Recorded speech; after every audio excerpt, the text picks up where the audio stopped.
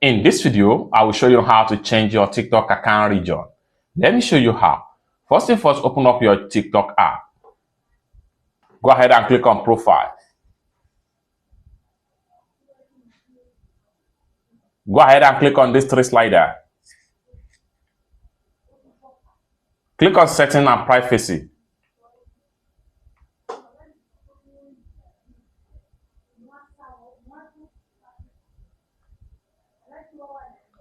Go ahead and click on Account. Proceed to Account Information. Go ahead and click on Account Region.